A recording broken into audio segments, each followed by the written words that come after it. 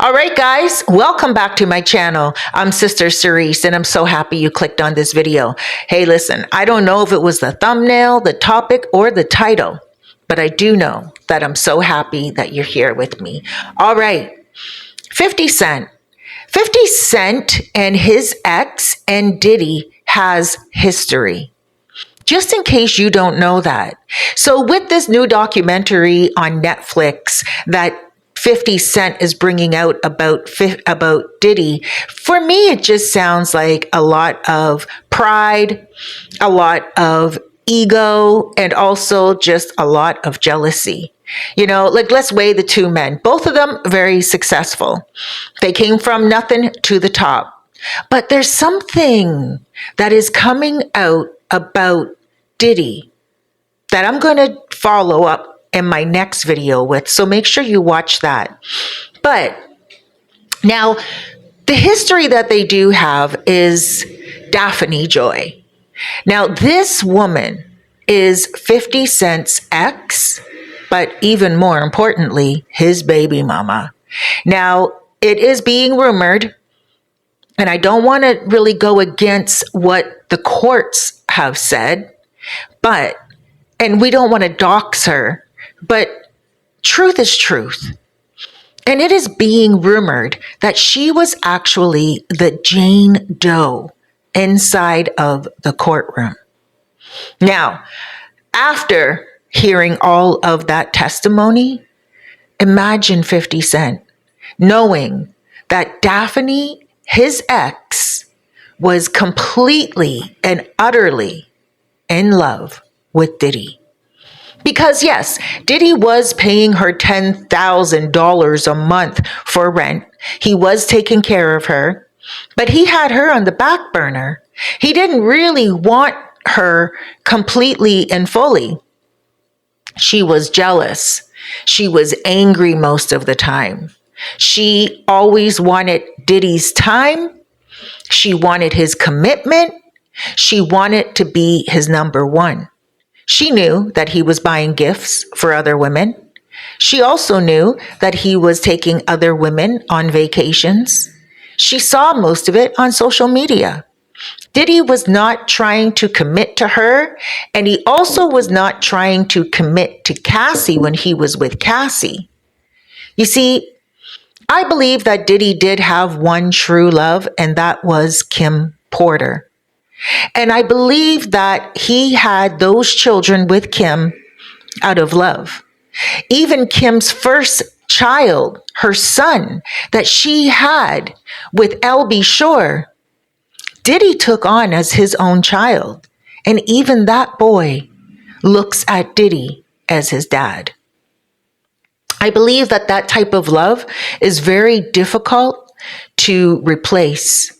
And now that Kim Porter has passed on, it seems like Diddy is like, well, you know, women are women and I can have all the women I want, but I don't want the drama. Listen, after we hit our 50s, we get to that no bull crap factor. We get to that place in our life where we're like, yeah, I don't want to deal with the jealousy. I don't want to deal with the insecurity. I just want to love and be loved. And I think that's what some of those intimacy parties, we'll call them, instead of eke off, we will call them intimacy parties. And I believe that that's pretty much what it was about. Diddy wasn't intimate with those men. Diddy wasn't intimate with the two girls and the man together.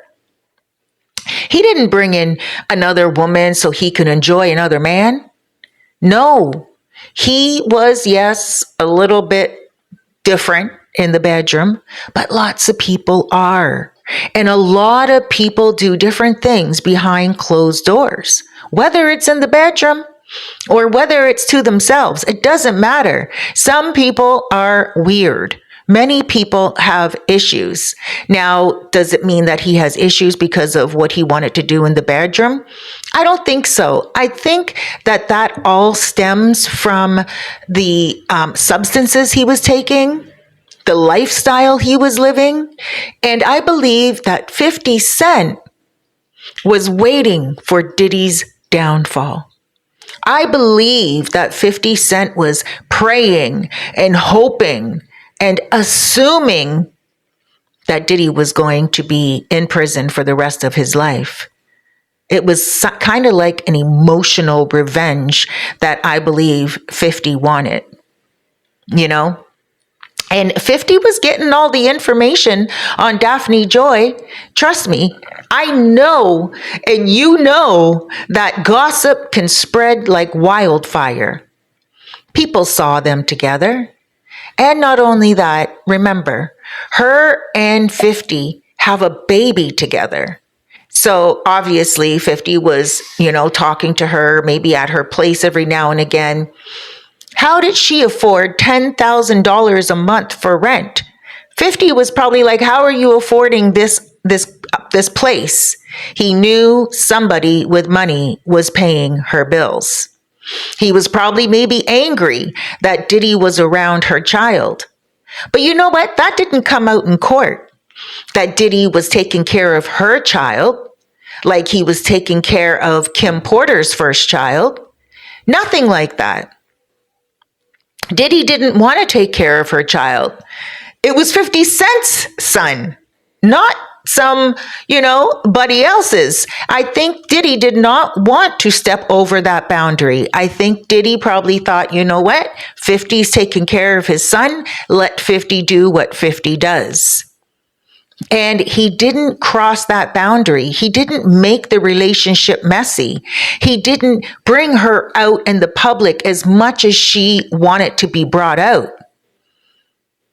So I do believe that 50 Cent looked at their relationship with envy in some ways. And yes, I know he was probably done with Daphne. He was probably sick and tired of her. But that male ego, that pride sometimes kicks in, even when you don't want the person. I've seen it a lot. I'm a soul coach, and I have seen it so many times where some of my male clients, they will message me for a session, and they're like, I don't want my ex, but I just can't stand her new boyfriend. He has a really nice car. He has a really good job. He looks good. He has muscles. He's handsome. I want to talk about that. These men, my clients that come to me and they really want to talk about this other guy in their ex's life. I don't want the guy around my kids. I don't want the guy telling my kids what to do. I don't even want to think about him sleeping in the house in my old bed with my ex. I'm like, so what's the big deal? You don't want her. He's like, I know. Guys will always say, I know. But, it's not that I don't care. It's not that I care that she moves on in another relationship. I just don't want it in front of me. I don't bring women in front of her. And I'm like, well, you're the one picking up the kids. You're the one going to her place, And the guy will always say, yeah, but still. There is a lot of pride sometimes in relationships. Even if the guy doesn't have more money, even if the guy is unemployed, the ex, my client, will often say he doesn't even work. All he does is sit around the house. She supports his lazy ass. So usually there is no right that the ex can, like the new man can actually do. It's just that male pride. But when you look at 50 and he is out on stage, front and center, and everyone in the music industry knows that this Daphne chick enjoys Diddy a lot more than she did 50. Come on. And when I look at it right now too, I can see certain things that she would love about Diddy. Now, don't get me wrong. Before the trial, I couldn't stand Diddy. During the trial, I started to realize that there are some redeeming qualities about Diddy. Now, since he's been in jail, and there's been recent photos of him, recent videos of him walking with a book down the hall in jail and stuff like that. And also, I've read I've watched some of the videos from Podcast with Soul with Sean G. And he actually brought on one of those videos, a cellmate that was in jail with Diddy, And this cellmate, who just happens to be half Dominican and half Haitian, and he's Haitian, and I live here in the Dominican Republic, where a lot of Haitians and Dominicans are together. So I thought that was pretty cool. Side note, I thought it was really cool that Sean G brought a cellmate onto his podcast, and that cellmate was talking, and he was giving a lot of information, and I found it very interesting. And I thought, wow, Diddy really is going to make a comeback.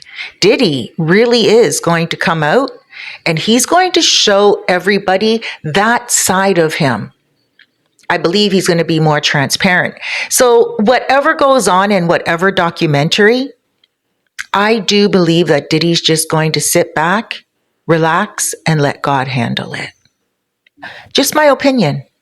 So right now, this is coming out, and I haven't watched the documentary. I will be watching it. This is Monday when I'm taping this video. I'm putting it out on Monday. I'll be watching the video tomorrow on Tuesday, and I will be sure to come back at you guys and tell you what I thought about the documentary. All right, guys, look forward to my next video. Please do me a favor if you enjoyed my content, and especially if you stayed till the end. Thank you. Thank you very much. I have a bunch of favors I want you to do, though. 1, of course, subscribe. 2, hit that like button. But 2 more favors, and they're more for you as opposed to me. Be good to yourself. You deserve it. All too often, we look in the mirror, we hate on ourselves.